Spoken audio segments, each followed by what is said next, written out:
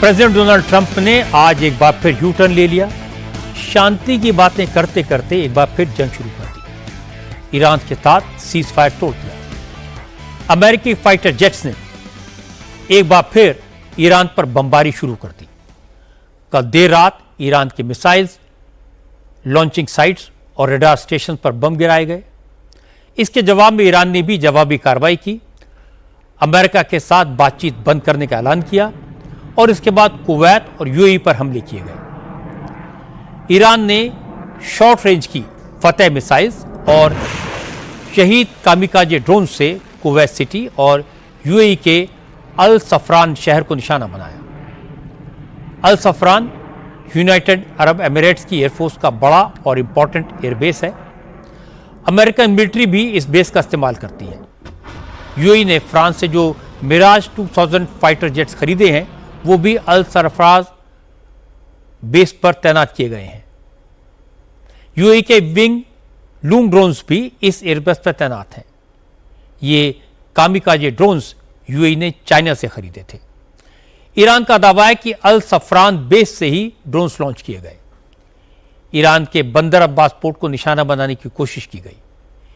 UAE इस base का इस्तेमाल करके ईरान के लबान ऑयल फील्ड्स पर हमले की कोशिश की। इसलिए ईरान ने यूएई के इस बेस को निशाना बनाया। यूएई के अलावा आज कुवैत पर भी आईआरजीसी ने जबरदस्त अटैक किए। अमेरिका के मिलिट्री बेस को निशाना बनाकर मिसाइल फायर की। पता यह लगा कि कुवैत पर ईरान के लेटेस्ट अटैक में अमेरिका के 4 सैनिक और 3 कॉन्ट्रैक्टर घायल हुए हैं।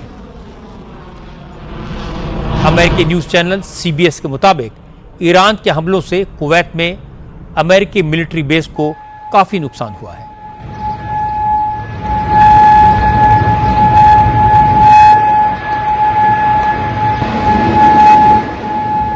इससे पहले अमेरिकी सेना ने आज साउथ ईरान में स्टेट ऑफ हॉर्मुज के आसपास ईरान के कई ठिकानों पर बम बरसाए।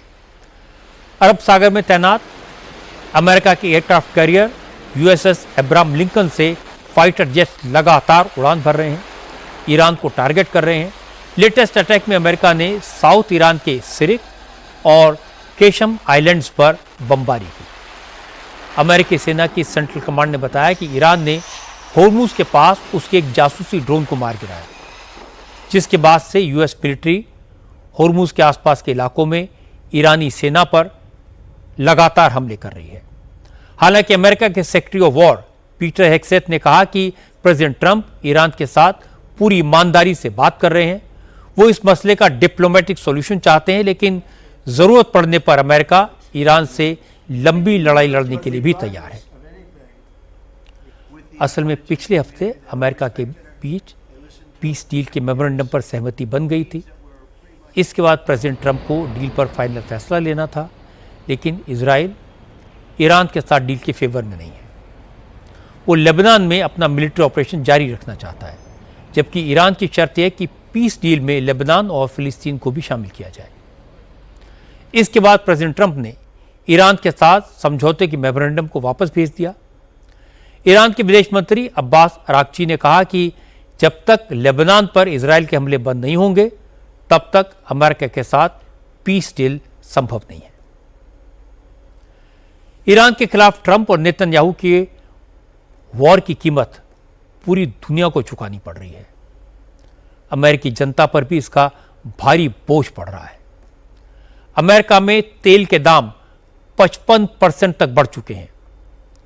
यहां टमाटर और आलू जैसी बेसिक चीजें भी 40% महंगी हुई हैं। युद्ध का असर हुआ है कि अमेरिका में कॉफी 19%, फ्रोजन मीट और सी फूड 15% महंगे हो चुके हैं।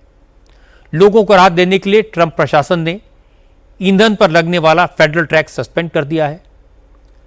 इसके बावजूद अमेरिकी नागरिकों को हर हफ्ते फ्यूल पर करीब $3.5 बिलियन की एडिशनल रकम खर्च करनी पड़ रही है।